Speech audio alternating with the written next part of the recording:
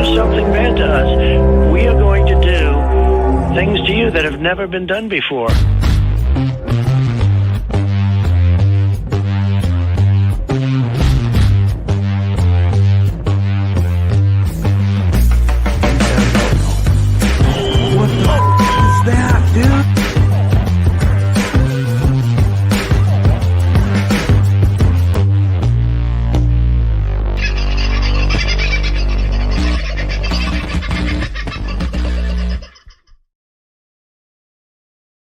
Hello, folks. How are you? I hope you're having a bloody good day and you are warm wherever you happen to be, because it's been bloody cold around here. Absolutely stunning days, but freezing.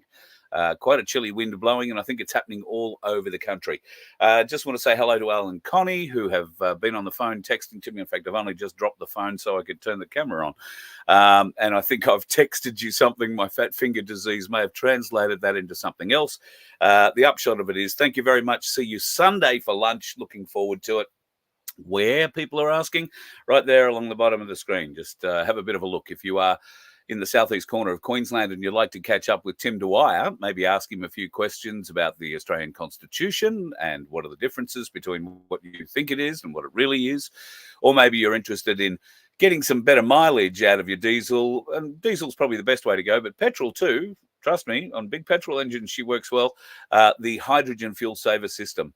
We'll be able to bring you up to speed with that a little bit more. And Tim might even have something he can show you. I'm not sure if he's got one with him or not, but he'll certainly have it on his car, and you'll be able to go out and see it on his car. And I think he's bringing the car that has done kilometres. I'm thinking he is bringing that. And still spotless, more or less a spotless engine. I think it's that one. He might be bringing the new one. You never know. His plan is to be up here bright and very early on Sunday, so he'll be ready for lunch. Come lunchtime, 12:30 at the Boathouse Tavern. The phone number is in the ticker below, so you can give them a call and make sure you're put on the Voice of Freedom table. It's under Voice of Freedom or under my name. Make sure they get the difference between this Sunday being the 21st, and they had it originally booked for the 28th. Don't confuse them. Make sure there is absolutely no doubt you will be turning up along with the rest of us this coming Sunday. All right? So not this one on Saturday, not the following week. It'll be this coming Sunday, following this coming Saturday, following this coming Friday, following this coming Thursday, which happens to be tomorrow. Yep, right, Thursday. And I'm only saying that so that you can explain that to the folks in that way if you need to at the Boathouse Tavern, because they seem to have no end of trouble understanding the difference between this Sunday or next Sunday. The same Sunday, the one coming, the nearest one to you. I don't know. There's probably an argument for and against the right terminology. I'm the one, after all, that says words mean things. Maybe I should be taking note of that. Aussie Sue's first in the room tonight. Love your work, darling. One of our never tiring moderators. I suppose they do get tired a bit, but hopefully these days you're not getting worked too hard, I hope. I actually discovered when I got one of these channels back, it must have been the Voice of Freedom channel I got back. I've discovered all these banned people, blocked people who've been in there. So there were a few trolls floating around doing stupid things. So thank you for your work, ladies and gentlemen. Lovely to have you in. Grant, whereabouts are you?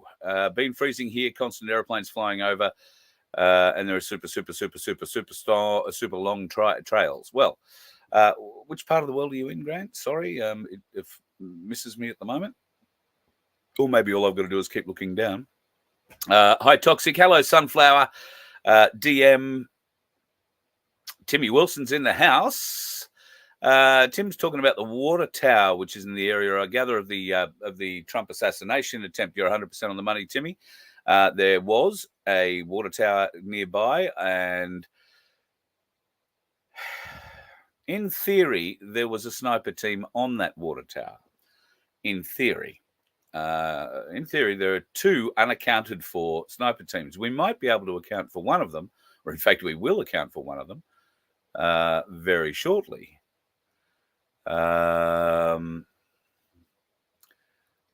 Yes, the narrative. I saw the Iran thing come out earlier today. I got a bit of a giggle about that. Well, what I'm about to show you might disprove a bit of that theory. Hello, Michelle. Lovely to have you in. Andrew, you too. The wonderful Truth Seekers TV. Becky O, God love you, woman. How wonderful are you? And don't forget, folks, if you haven't got on Telegram yet, get on Telegram and check out Truth Seeker TV on there. Becky O and co do a number of interesting little shows. And I think you sent me an invite for one pretty recently that was happening sort of later at night, and I missed it. You said you may have had a interesting guest arrive. Would have been nice to be in on that one. I'm not sure if your interesting guest arrived or not, but look, if you're into interesting guests, folks, Truth Seeker TV gets quite a few of them. So, hello, Debs. Harm. Well, Harm's in the house, and I kind of mean that not quite literally. He's not in my house, but he is only about a kilometre away. And the reason we're having an earlier show tonight is because I'm going to be cooking him dinner in the not too distant future. Not here. We're going up to our community centre, and we'll be partaking of the facilities there. But that's in part why we're having an earlier show tonight. Hello, Jinder Lee. G'day, Barbara. Angelina.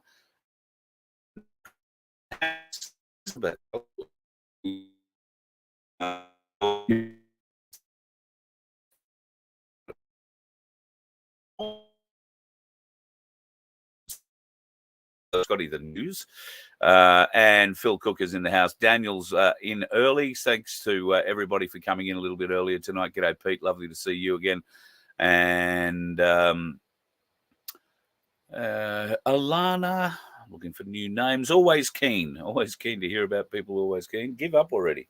All right, you're not sounding very positive. Always keen. Maybe you're just always keen to show your ignorance.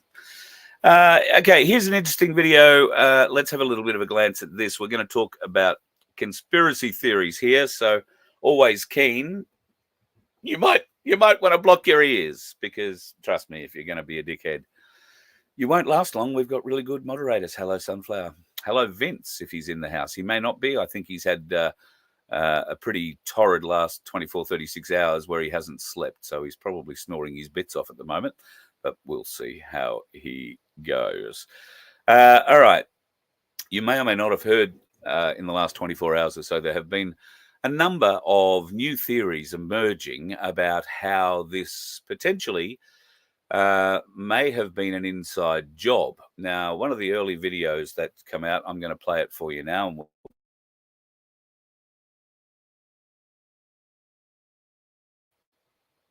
see if it'll add on play. Here we go. Slowly but surely. This is taken, obviously, from the back of the stage area. Now, you can see there is a fella standing there in a dark hat and a white check shirt. And from the right, very shortly, you're going to see someone we assume to be a Secret Service agent coming and telling this guy to move. He looks all the part for a Secret Service agent. Let's watch. So he comes over, says, "Hey, mate, don't really think I really want you there. Need you to move just a little bit." And there must be something going on with this video. There you go. Move over there. Good on you. Now watch him. He's about to duck. Now, also, let me play it a little bit further. I'll pause it there. Or if it will pause there. Right, so watch him. He's about to duck there. But if you look at his head, at the back of his head, you see another Secret Service agent. He's wearing dark glasses, dark suit. He's watching the side of the stage and nowhere else at this moment. Now, you're not going to hear the audio, but watch the reactions of those two gentlemen. Remember, the fella here in the foreground, the one that we've been watching, who told the bloke to move on, is about to duck down. And the other fella, well, just watch. Shot. Did you see what happened there? Watch. Shot. This fella ducks, and what's our Secret Service agent doing here side of stage? He is immediately turned around and darts off, I imagine, getting onto the stage. So you can see here the Secret Service protecting the side of the stage, getting him down the stairs. The question has been raised also, if this were the Secret Service protection detail, why didn't they drag Donald Trump straight off the back of the stage? When they jumped on him, they vaguely knew where the shot had come from. They heard it. There was a kid who heard it, basically looked at it everybody in the background looked in the direction of where the shot came from. Well, maybe not everybody. But the easiest, safest route to get the president or former president off the stage would have been on the ground and drag him off the back of the stage, using the stage for cover, keeping him low across the back, and then taking him out the way that they did. Instead, so old mate ducks and stays ducked, doesn't run anywhere, doesn't do anything. Now we're looking at them bringing President Trump off the stage. This is a comedy of errors, and I mean absolute errors. There are so many weird, silly, stupid things about what's going on here. See the holes? If you can see Donald Trump, right? If you can see any part of Donald Trump, the Secret Service are failing their mission right now in this extraction. So, what do you think about this fella here at the front that comes across, tells old mate to move, waves his arm a bit, and then walks away. Step, step, duck, duck, duck. No running up for protection, and we don't see him again. I don't know. What are your thoughts? I think it's a bit weird. Not really what you would expect of somebody in the protection detail. However, I guess weirder things have happened, and maybe his job was to lie on the ground and make sure that nothing else really weird happened. Stranger things. Stranger things. Speaking of stranger things, the head of the CIA, I beg your pardon, the head of the Secret Service came out today. I think this lady also had a bit to do with the CIA at some stage. Watch this. That building in particular has a sloped roof at its highest point. And so, there's a safety factor that would be considered there, that we wouldn't want to put somebody up on a sloped roof. And so, the decision was made to secure the building from inside. A sloped roof. That's the head of the US Secret Service explaining that they really couldn't, for any good reason, put their snipers on the roof of the building that the Trump sniper was in, because it wasn't safe. There was, too much, I don't know, what do we say, slope on the roof. And okay, I can understand that at certain times that would certainly be an issue. The slope would certainly be an issue. Let's have a look at the slope. You can see the sniper up there crawling his way, and he's actually, half on knees and elbows there, or forearms at least, moving along the slope. I can show you a better shot. How about that one? I put a protractor over it. I don't know that I put the protractor over it in the correct possible way, but that to me looks like it's a 26-degree slope. However, those people don't look like they're having a hard time standing on it. Does it look terribly?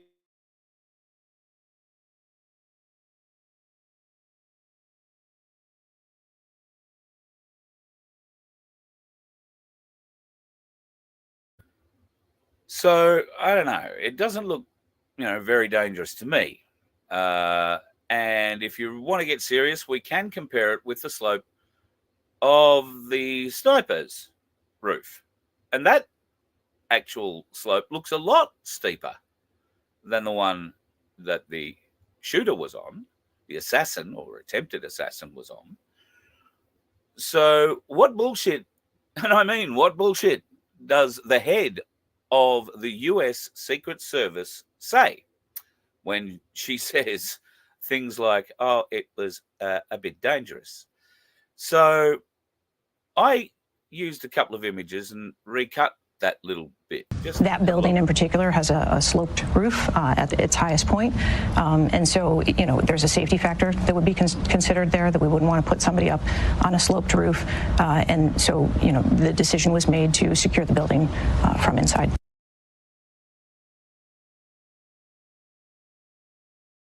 Yeah. You can tell that the slope that the sniper is on the roof is much lesser slope than the ones that the snipers, the apparent well-trained snipers, were on. It's not working out quite that way. There is a lot of conjecture about how that bloke got on the roof. Well, that same woman today, the head of the US Secret Service, said that, well, it was deemed that that building roof was too dangerous to go into, so we took over the building. We moved into it. We were protecting it from inside. That meant that there was a whole tactical team inside that building. In fact, right underneath old mate on the roof.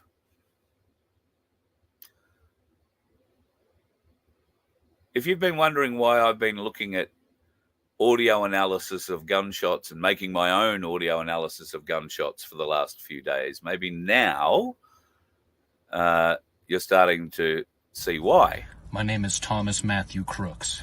I hate Republicans. I hate Trump. And guess what? You got the wrong guy.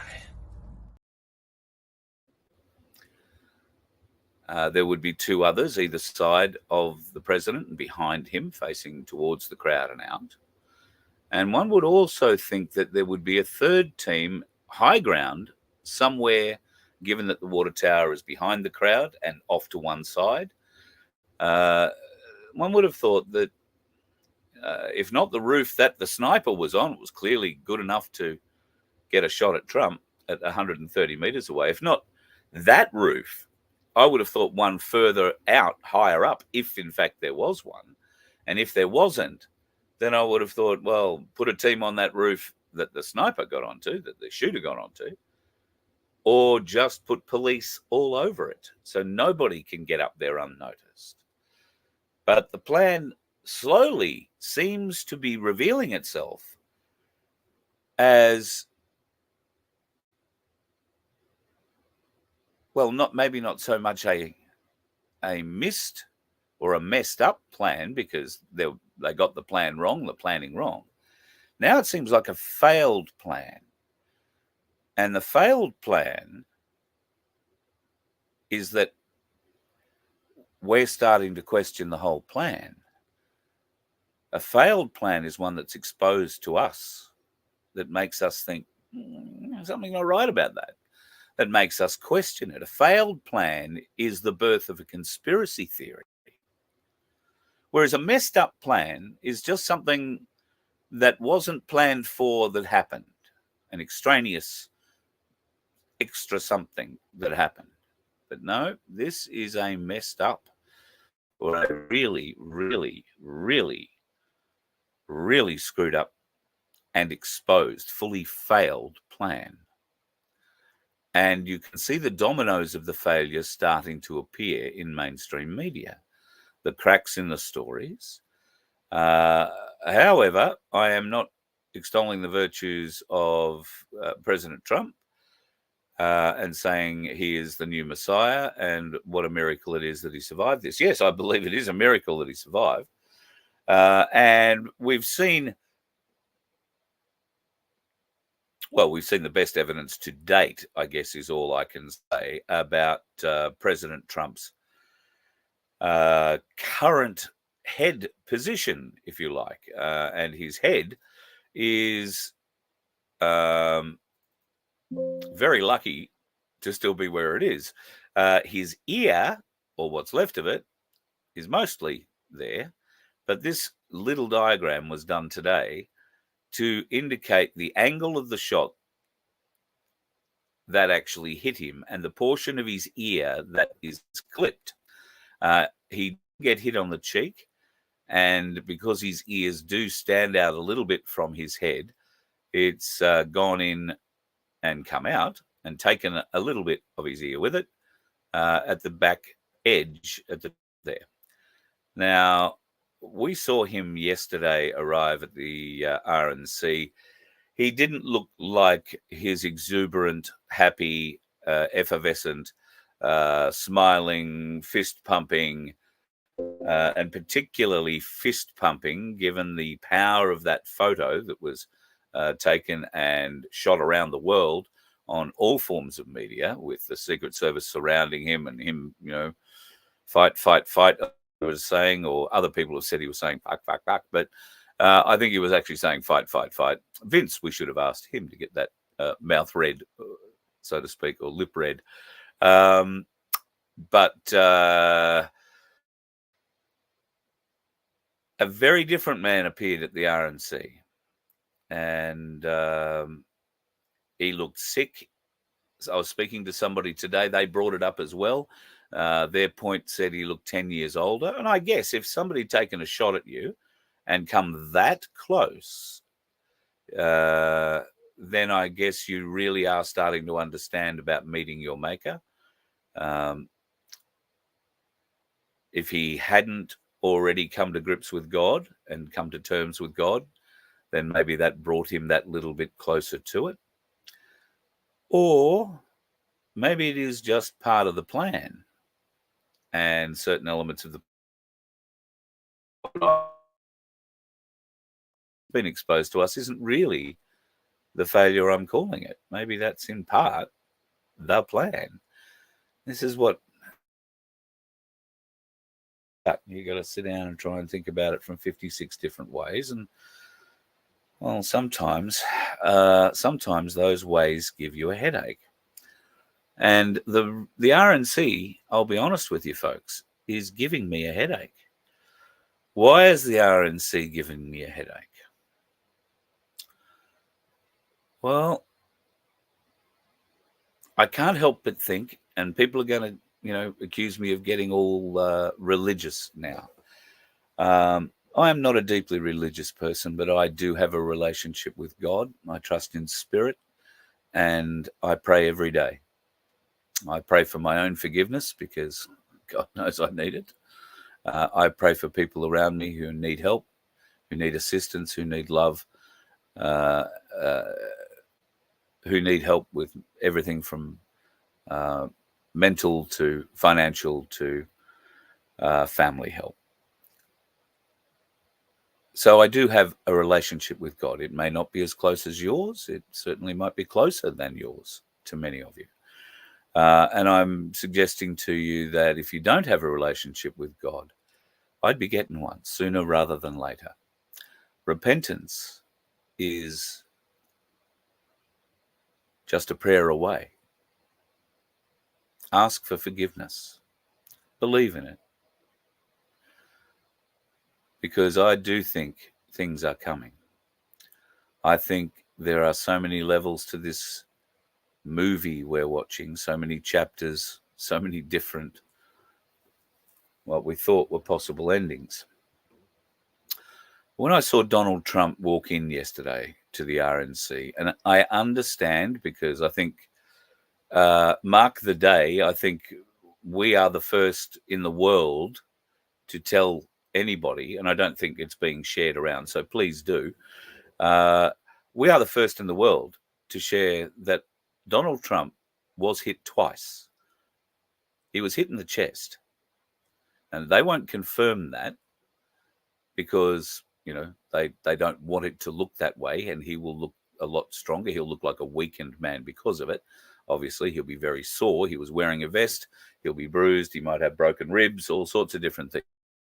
But that's why he wasn't all that effervescent, fist pumping, making the most of the mileage of the day before yesterday when he walked in. He was also walking in with the announcement of his new Vice President Vance, who has not been one of the largest supporters of Trump in the past. In fact, he's been one of the serious loudest detractors. And all of a sudden, this bloke has come out of the woodwork, although apparently he has changed his tune in the last 3.5 years, believes that Trump's presidency was the best thing that happened to the country. But prior to that, he was fighting Trump at every turn. Now, I didn't see huge amounts of enthusiasm, backslapping, handshaking, arm around each other kind of shit at the RNC yesterday when they lined up together. That could be because grabbing Trump around the shoulders and giving him a hug is going to hurt him. And they don't want him to look like he's in pain, even though he clearly, I think, looked in pain yesterday. His smile was one of those, here I am at the European Union again. That's my smile. He kind of looks like the Joker without the lips open. And you can tell by the eyes, there is no mirth, there is no happiness, there is no excitement. There is just, shit, let's just take another step and get through this. That kind of look, that kind of determination. I don't have to be here all day. I just need to wave. I just need to make the stage, wave a couple of times, sit down, hear a speech, and piss off out the back door. That's what I saw out of him. He looks like in my opinion, a very, very sick man. He might have been sick for another reason. This made me sick when I read it. This is the prayer, apparently, that happened at the RNC. Dear Wajaguru, I don't know how you say that, our one true God, thank you for creating America as a unique haven on this earth. What the hell is this? The Lord Jesus Christ just saved the life of Trump, and we have prayers to a false God? Republican organizers are idiots and idolaters. They have betrayed the one true God. Trump and GOP are screwed now. Who is Wajaguru? He's the Sikh genderless idol that they're worshipping. Remember what happened to those worshipping false idols in the Bible? I'm not going to go back into all the Sodom and Gomorrah stories, but there are others there too. Remember the bull story, the golden bull. I do, but I'm not going to tell it to you because I'll probably screw it up.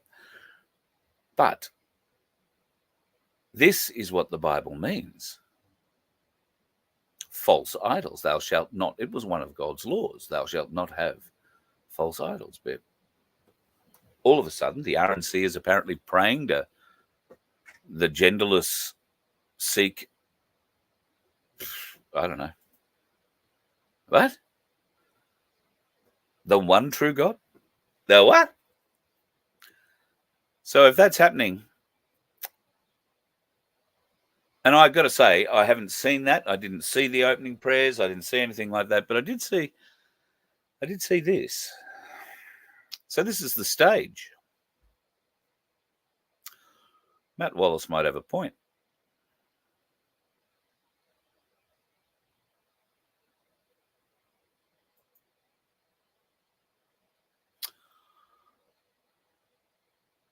All I want to say is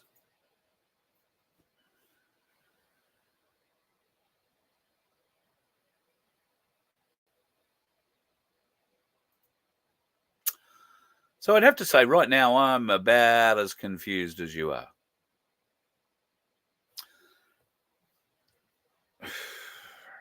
Been following a lot of different lines of theory on Trump for some years. This was one of those lines where he is certainly not what he appears to be. We are, in fact, in a motion where the snake head is eating the snake's tail. We have the illusion of choice, but we are being steered toward everything. And if you look to a lot of what Donald Trump, a lot of people a lot of people aren't looking at what Trump is saying about policy, particularly digital currency going forward, digital ID, and we'll get into a little photo about digital ID again very shortly. He may, in fact, not be the Messiah. He might, in fact, just be the other way they usher this in. There's been all sorts of calls that Donald Trump has been part of the deep state, right back from Operation Warp Speed, which he initiated before he was taken out of office in 2020. I personally believe Warp Speed was an operation to put, for the want of a better term, salt water into vials and get them distributed around the country under the guise of vaccines, so as to give people what they thought was immunity very, very quickly. And what it had the run-on effect of doing was speeding up the deep state's efforts having to roll out their own vaccine. They weren't ready for it, remember? So I personally believe, or want to believe, that that is the way that Trump played Operation Warp Speed. As soon as Biden got in, things changed. And obviously, they will have replaced all of the leftover Warp Speed jibbity jabs with their own, and it's moved on there through the next few years. I could be 100% wrong. May well be. But, you know, a lot of the actions at the time added up that way. If it is still a bad jibbity jab that was pushed in Operation Warp Speed, then you have to ask the question of whose side are you on? I haven't had the opportunity to watch the Flynn movie that's available now on one of the streaming services. I can't remember which one. That might be interesting from a perspective point of view on the relationship between Trump and Flynn. I don't know how much of it will be dedicated to their relationship, but might glean a few interesting bits and pieces out of that. I think it's getting to a point where there is too much weird shit going on in this movie for me to think that that we're just waiting for the end, that we already know that we win. There is a twist in this where maybe we don't win. We think we do.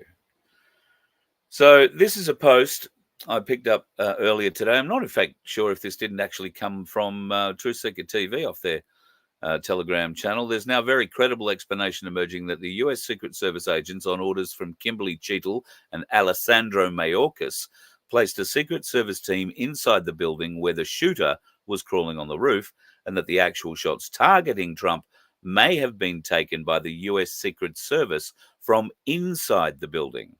This would be consistent with the audio forensics of the shooting recordings, since the distance would be nearly identical to the rooftop shooter. This also explains why counter-sniper teams held their fire until after the shooter killed Trump. Their job was to eliminate the patsy. Note that US Secret Service had eyes on this young man for at least 30 minutes, watching him with an actual rangefinder, scoping the range of the shot, then with a backpack, then scaling the ladder, and then going onto the roof. They watched him and reported on his progress. They did nothing to stop him. They did everything but load his rifle and pull the trigger. We need an immediate criminal investigation into Kimberly Cheetle and a hard look at all US Secret Service counter-snipers deployed that day. They stink to high heaven. Note that in the assassination of JFK, they also had a patsy, while the real shot was taken by a CIA-run sharpshooter.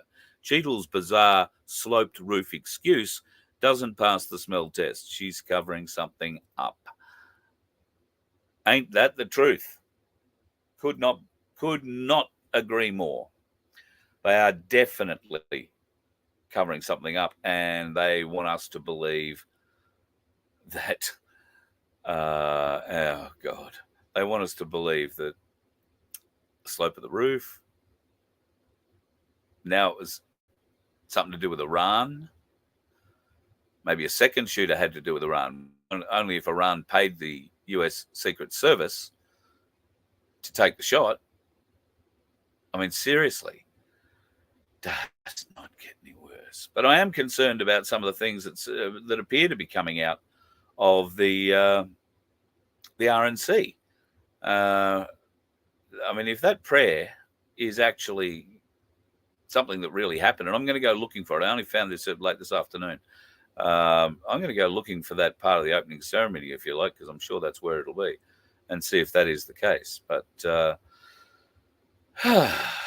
it is not what I would call a very flash day in the world if you happen to be a part of the Secret Service, or I suggest the CIA.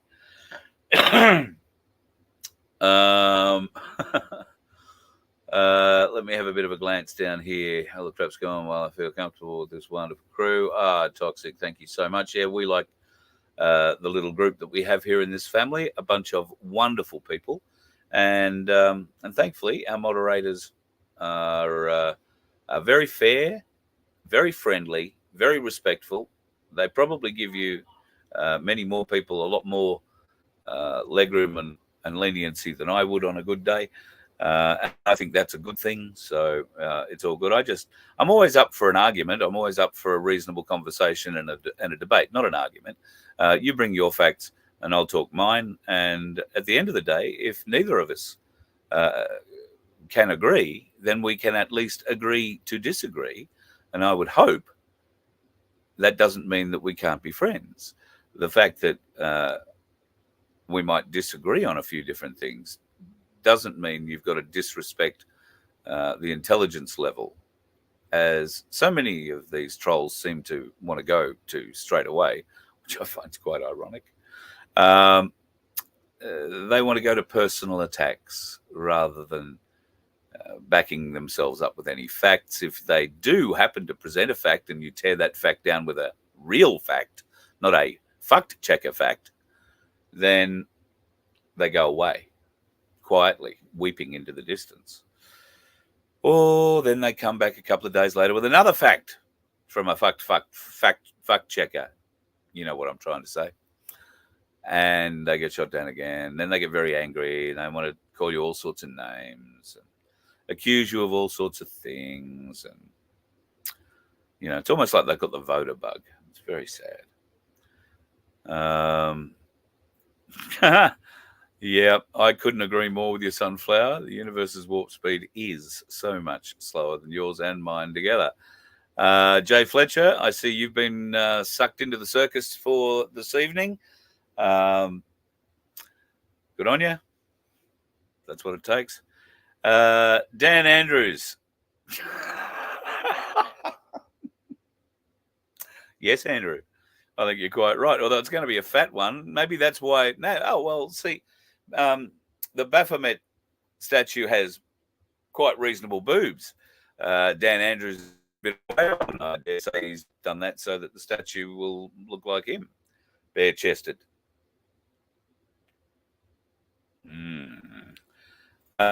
Trump should have released the JFK tapes when he had the chance. Look, yes, absolutely. And I think he was relying on people he thought he could trust at the time. Although I would have used it to draw out those who were protecting that. So I would say, given the game that's being played and the level of chess that's being played, that is why it was done. That's the holy grail of information to the public, particularly in America. And they did achieve a great deal in getting the information out. They just haven't got, you know, the videotapes or the other bits and pieces, but they do have a lot of information released. That the fact that George Bush Sr. signed off on this, and a progression of events that had gone on behind the scenes in the lead up to it with, was it Johnson that took over from him? Lyndon B. Yes, I think it was. Interesting that this same kind of thing happened with Nixon as well. I mean, we all remember, if you're of a certain age, that Nixon left the presidency. I was too young to really understand what it meant, but I was dragged in front of a TV to watch his resignation speech at school. It happened live. They interrupted, and this is back in the 70s, early 70s. They interrupted our school day, and we all gathered around this black and white television to watch Richard Nixon resign the presidency of the United States of America. And they wheeled straight into that position. George, what's his name? Gerald Ford, who had been a CIA patsy from day one. And all the things that Nixon wanted done, particularly surrounding Vietnam and getting troops out of Vietnam, were undone by Gerald Ford, who didn't happen to stay there long, but he was able to staunch the flow, if you like, of power from the CIA back to the presidency that Nixon was battling for. And then, of course, it's not beyond the realms of possibility that it happened further down. Hello, Colleen. You don't comment very often. You've been waiting for a long time. Well, look, lovely to have you chatting, and it's lovely to have you in the group. Please don't be shy. This is a group.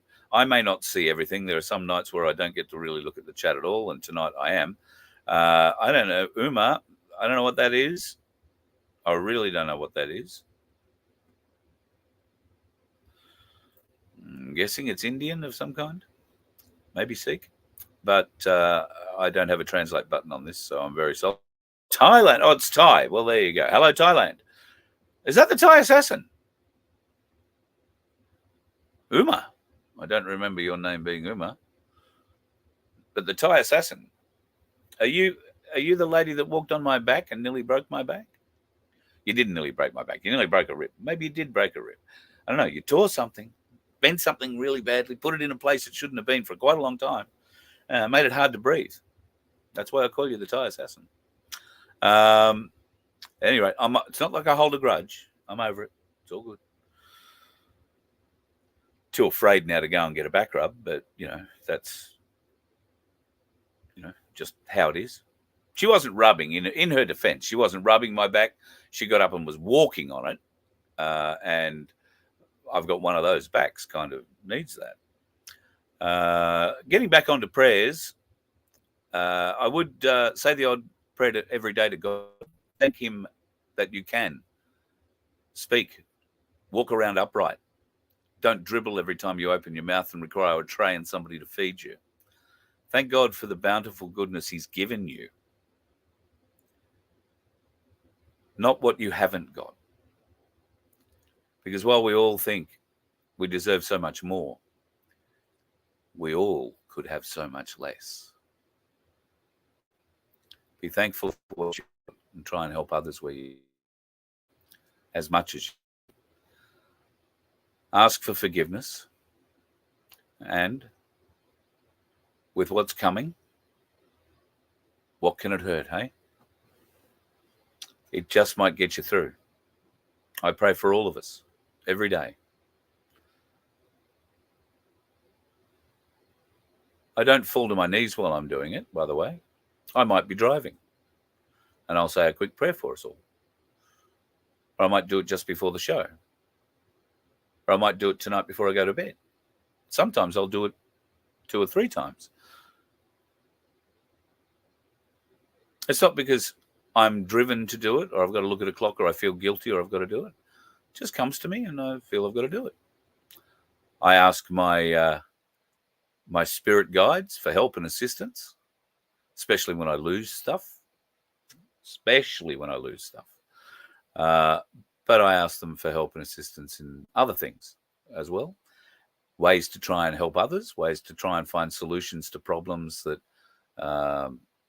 might be befalling you or someone you know. And then I hope to sit back I sit back and listen, waiting to hear the voice that will tell me a path, will give me an idea, will spark a thought. And from there, a solution possibly springs. I know it's a weird thing. I don't understand it myself. Don't even know why I'm telling you about it. But that's just how it is.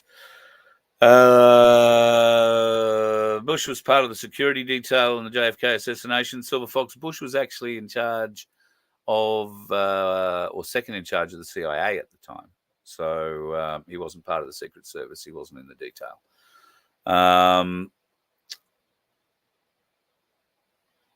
And Secret Service, of course, are different to CIA, although we're not exactly sure. Yeah. Alan, I think it's only Cass, Carl, and Tim. I gather this is something to do with the lunch. I'm trying to look back up for an Alan comment. A rockin' housewife, you can still be an atheist. I don't draw any. Nobody says you got to believe what I believe. In fact, I ask you to have a very healthy disregard for what I say and go and look yourself, find yourself. However, I guess as an atheist, you can't believe you can't believe. And if you can't believe, haven't seen anything or believe anything, I understand. I know plenty of atheists. A lot of them work in the media, you know. I mean, a lot of them work in the media.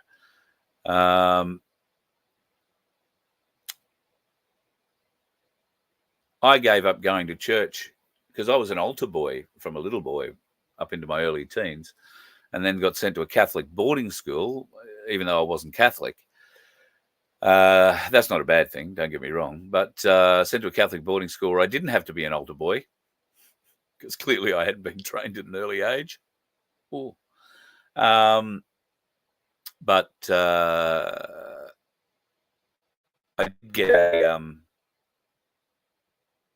did get a religious upbringing, and I did get the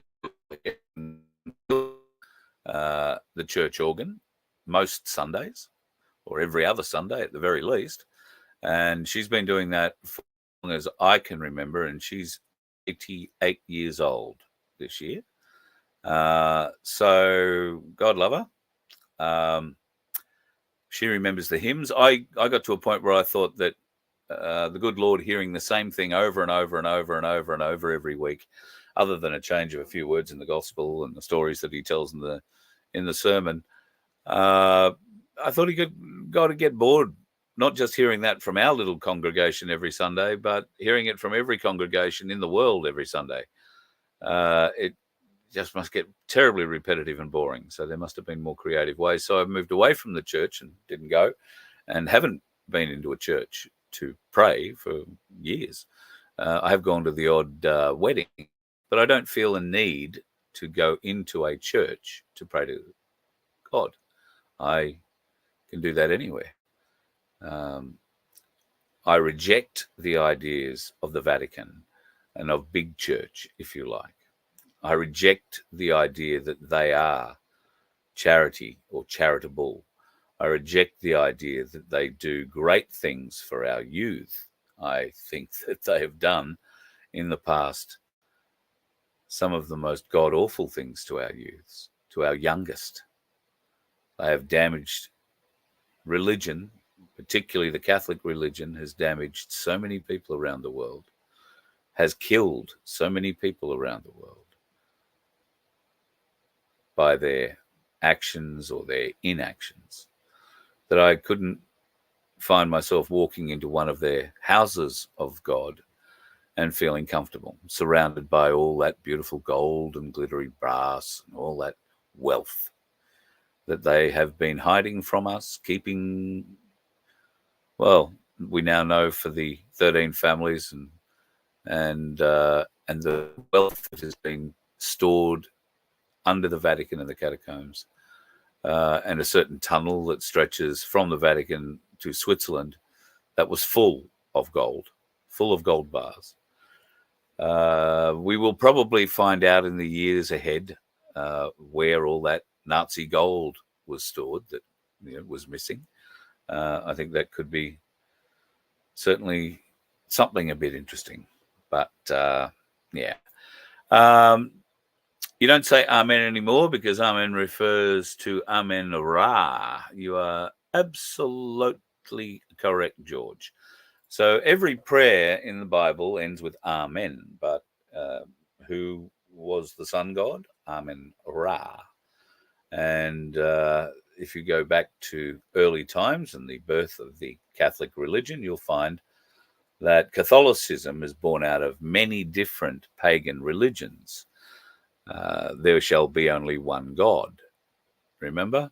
So that is the premise. They went around and started wars, started crusades, and spread the word of Catholicism throughout Europe and then into Africa and further afield, the Americas, and of course, eventually down our way. And they didn't come up with anything new. What they did was take something from each of those pagan religions and idolize it, make it special in the Catholic religion. But then they demonized everything else, including things like the pentagram. There is a very, very interesting background to all of that. We won't go into it tonight, but it's getting a bit late. But it is a very, very interesting background in our very, very early history, worth going into and checking out. And if you're still not sure about the difference between the Talmud and the Torah, the Torah being, if you like, the Jewish Bible, the Talmud is also a Jewish Bible, but it was written in the around 6 AD by the Babylonians and a sect of the Babylonians at that. And the Talmud is very different. It doesn't treat or doesn't believe that we are anything better than animals. We are goyim. It tells a whole different story to the Torah. So there is a lot of things that need to be addressed in that going further. Anyway, lucky I wasn't an altar boy, Michelle.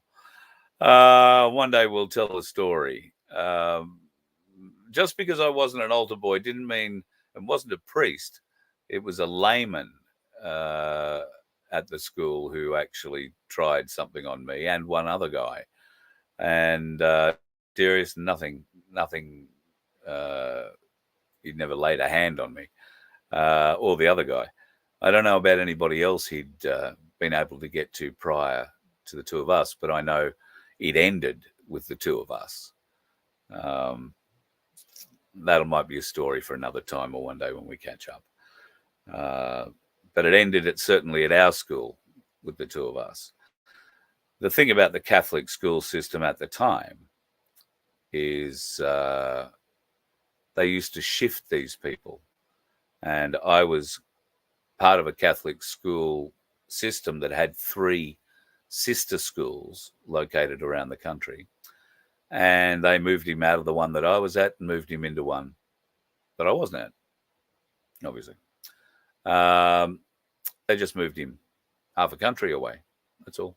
I often wondered whether or not, he ever was brought to justice, if he had done anything. I don't know that he had, but if he had ever, been brought up at the Royal Commission, because certainly some of the schools involved in that Royal Commission and some of the names involved, I was familiar with, not because of anything to do with me, but they were names from schools, particularly priests that I'd been to. And in Victoria, I lived in a town where one of the worst pedophiles in the Catholic system came.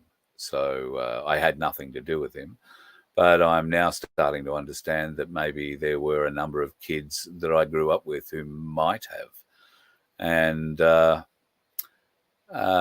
this leads to another thing, which one day there will be a show about, but need to do a lot more research yet. But one day I would like to tell you the story of one particular Catholic priest pedophile who was named in the Royal Commission, who there is there is tons of evidence of the abuse he undertook on hundreds of children from little girls and boys to young teenagers. There is something in the background with that, which we might be able to tell a story on in the future. I'm not going to put a timeline on it because this is an evolving story. Unfortunately, this priest is now dead and unable to be made pay for some of the crimes. But we will have a talk about that person.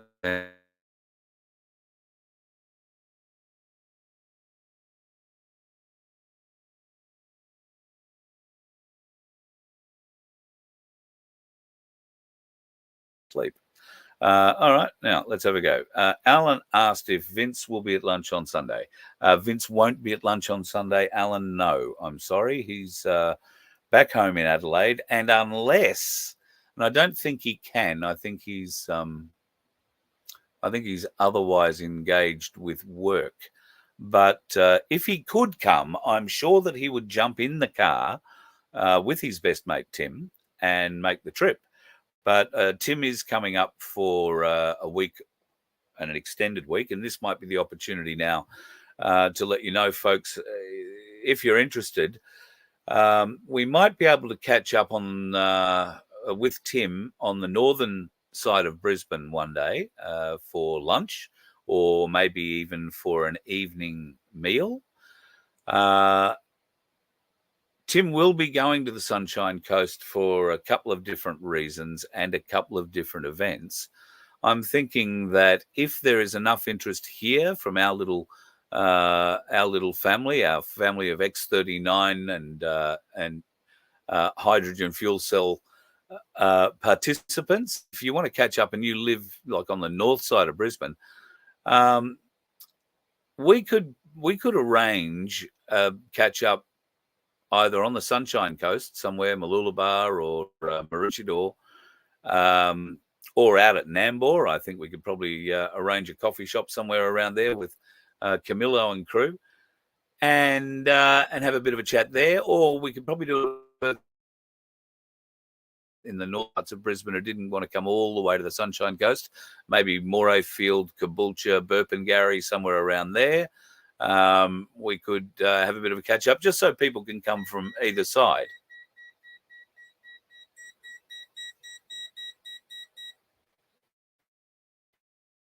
That's my EMF meter going off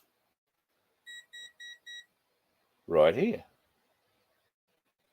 I'm being targeted by something and I feel lightheaded.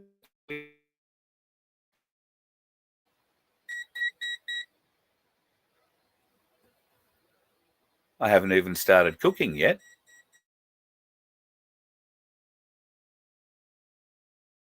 Have to ring me and tell me what these numbers mean. It says 36, 37. I'm getting one beep, one light. I didn't even know it was turned on. I'm taking it because Harm wants to test something tonight. There you go. It goes off again. 34, 36. All right. I'm a little confused. Turn it off back in my pocket. That, in case you're wondering, is an EMF reader, amongst other things. So you can get those for varying different prices. This isn't the most expensive one. The most expensive one I've seen is, I think, about $380. It'll measure everything from everywhere. And I think this thing does probably enough. I find it a bit useful. Although when it's sitting in a pocket over your heart and starts going off like that, it's freaking me out a bit. Okay, just trying to have a last glance down here. No, Vince won't be coming, unfortunately. It'll only be Cass, Tim, and myself. How old am I? Wild Aussie woman. Do you ask that in polite company? I mean, how old do I look? I mean, there's an old story. You're only as old as the man you're feeling. Or is that the woman you're feeling? I guess it depends who's telling the story. If that's the case, I'd be in negatives. I'm late 50s. Does that help you? I don't know if it works for you or not. Not really late, but not really early late. Sort of in the middle of late. December, in case you're wondering. Of course you can send a present early. You don't have to, though. Okay, Daniel. You were an altar boy and you never saw any debauchery. Daniel, were you an altar boy in Canberra? Because there was a lot of debauchery in Canberra with certain Catholic churches in particular. The diocese was rampant with it.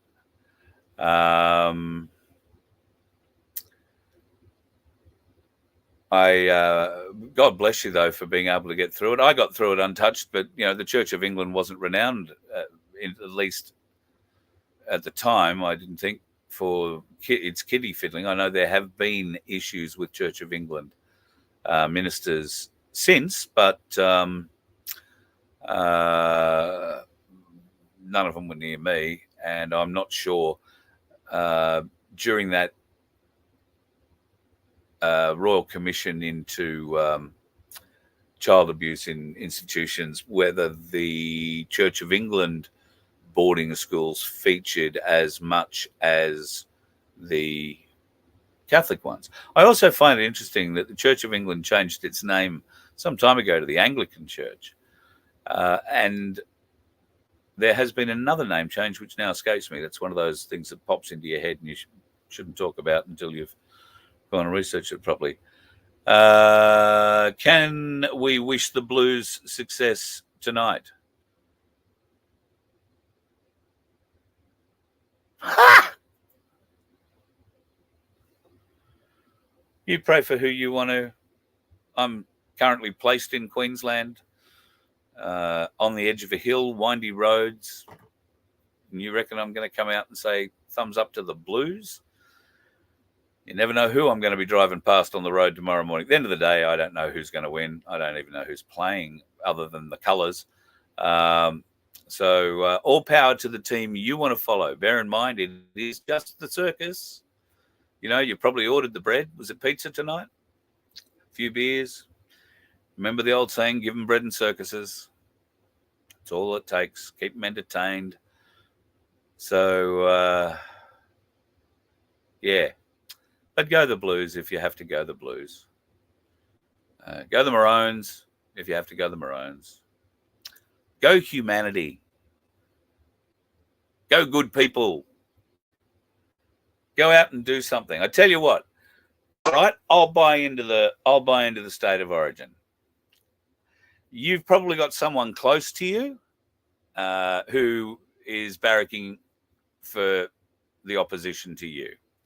All right. You've probably, and I know I've done it in Queensland, in New South Wales, you've chided those friends. Today you've been building them up. Shit stirring, we call it, for our American friends.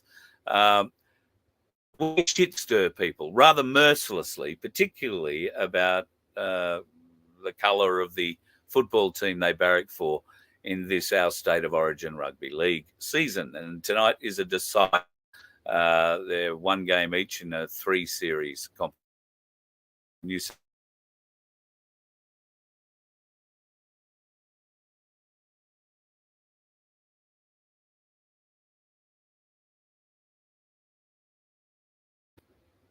Are we back? Right. Queensland are playing at home tonight in a graveyard. Yep, it's called Suncorp Stadium. It used to be called Lang Park. And just about every famous footballer and quite a few not famous ones have had some or all of their ashes scattered on the hallowed grounds of Lang Park / Suncorp Stadium for years. So it is, in fact, a graveyard. And there will be 55 or more thousand people there tonight screaming, ranting, raving and carrying on.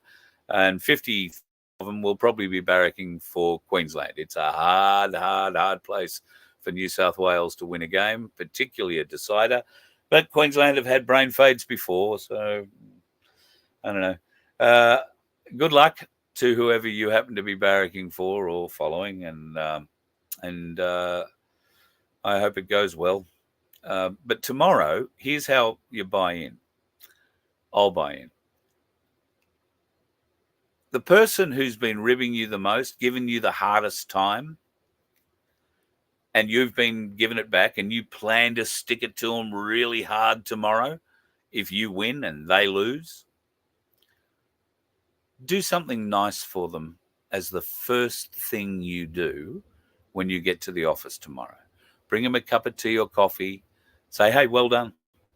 Good game. Good on you. Congrats. No, we're still mates. It's all good. Because it's just a circus. Take a bit of a ribbing. Give a bit of ribbing. But do something nice for the person that you've been sticking it to for the last 6-8 weeks over the series. And now it's built up to a crescendo for the decider tonight. So do something nice for the loser is what I'm getting at for tomorrow. I think that could be nice for everybody. I barrack for humanity. Get out and barrack for humanity too.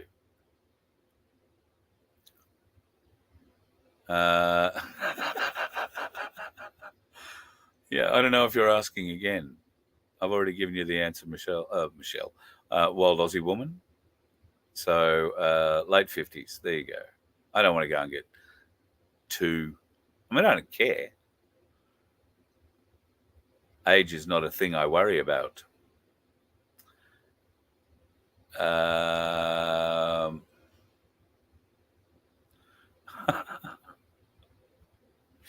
Shane, Tesla pulled up in the driveway. I hope not my driveway. If they did, you'd want a bloody fireman behind them, that's for sure. Not around this part of the place. I doubt a Tesla could get in here, or maybe one of those absolutely ridiculous-looking trucks. I'd be embarrassed. I would be embarrassed to be driving one of those trucks. But, well, I've been embarrassed driving things before. Hummers, particularly. But anyway. Daryl, 60 in February coming. Well, I'm not 60 yet. Couple of years off that one, just between you, me, and the gatepost. Many happy returns for your forthcoming celebration of Lap Around the Sun, if it is indeed what we're doing. Oh, somebody asked me too the other day about how am I going and getting my trip to Antarctica together. To be honest, I haven't been. I didn't take it seriously, but apparently now I'm meant to go out and get some ideas on how much this is going to cost.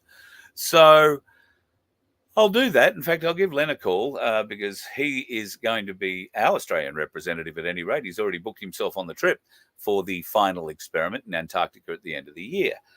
So he'll have an idea of how much it costs, but I don't think it's going to be, well, it'd be bloody amazing if we could sort it, but we'll see what happens. I would love to go down and film it, get the answer one way or t'other, and end the arguments, because it seems to be a very divisive argument. I find it quite amusing, but if it's going to end the division and end the spite and the really nasty comments that are attached to this debate, then I'm all for it.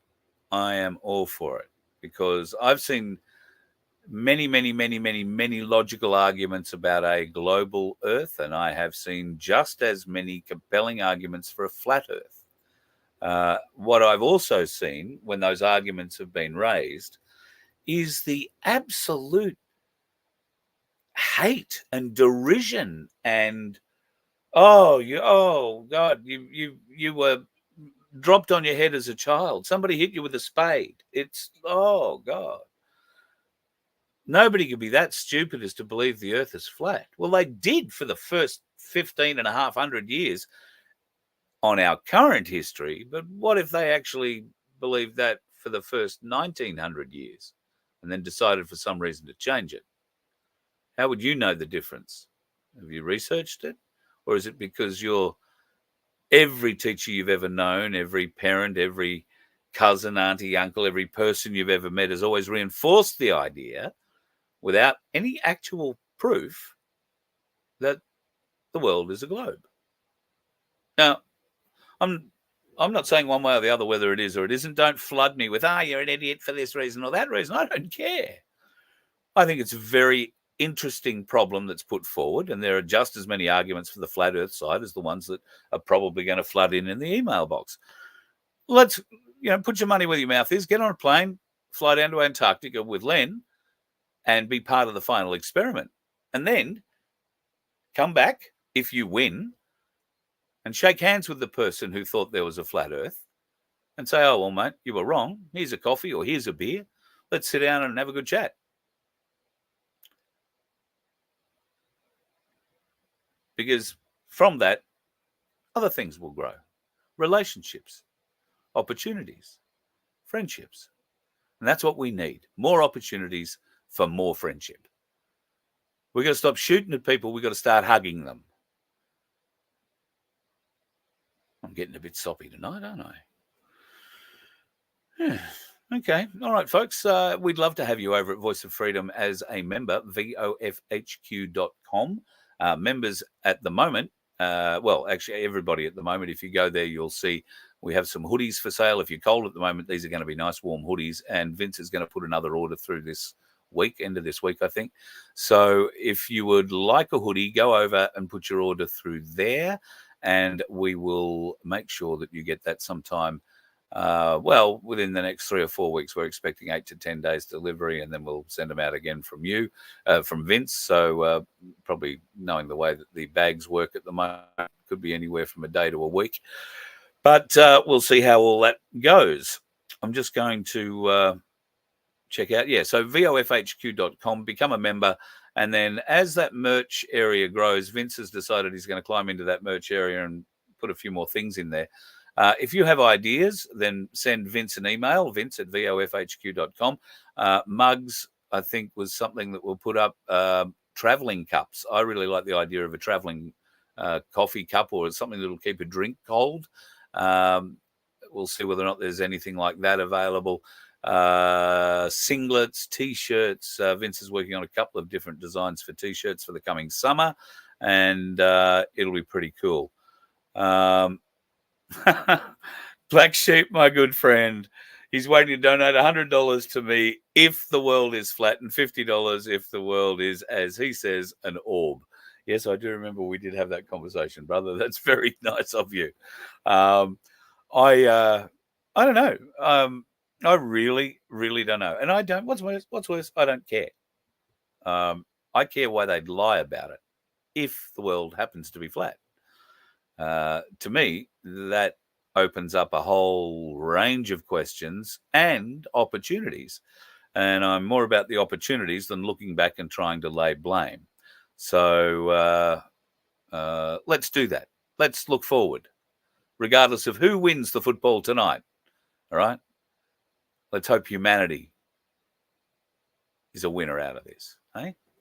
Anyway, speaking of the football, I guess for those of you that want to go off and watch it, it must be coming close to that time, I'm going to say, in the not too distant future anyway. So if you're off, be off and enjoy your night. If you're going to go off and have a listen to another one of us tonight, then all power to you. Just remember, before you go to bed tonight, ask the Lord for forgiveness. It's all you got to do. It's a very easy thing to do. And I have to do it every day, because every day I drive on those roads, I say something really, really bad about those dickheads on the road that I have to ask forgiveness for. You should try it. You let one ant stand up to us, then they all might stand up. Those puny little ants outnumber us 100 to 1. And if they ever figure that out, there goes our way of life. It's not about food. It's about keeping those ants in line. That's why we're going back. Does anybody else want to stay? Let's rock!